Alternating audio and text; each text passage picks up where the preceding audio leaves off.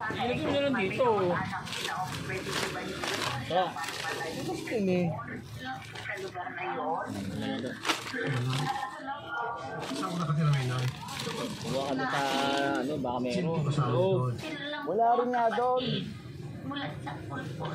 Doon kayo nagtitinda. Naglalako po ako, sir. Ano nilalako dito? No, pili ka na. Ikaw na pumili. Baka sabihin mo, pili kita naman. Ang mangga. Masarap na panghimagas po ito. Pili mo yung pinakamalaki. Oo. Pili kami ng pinakamalaki. Punta ko po. Dito yung Yan. kukunan. Yan. Ayun o. Si Mami Linda. Yee. Ayun o. Sarap. Oh, okay na yan. Okay na yan. Bibigyan pa natin sila kayo. Tsaka si Oo. ano eh. Okay na yan. Naniwala naman po. Sarap na masarap po. Masarap na mangga.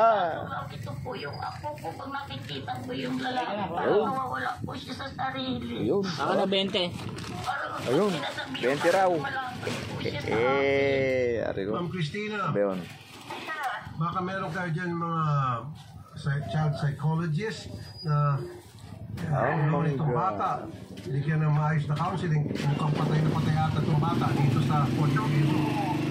Ayun lang po. Ang matamis sa mangga. Sige po, sir. Yan. Ayun.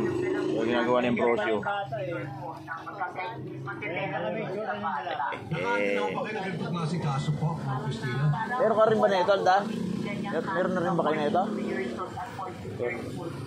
Hindi, maski na po yung minor de edad ba na nagkagusto Ako. po. Salamat. Panghimagas. Nakakatanda sa kanya at Paano, kinabulahan. Mami Linda?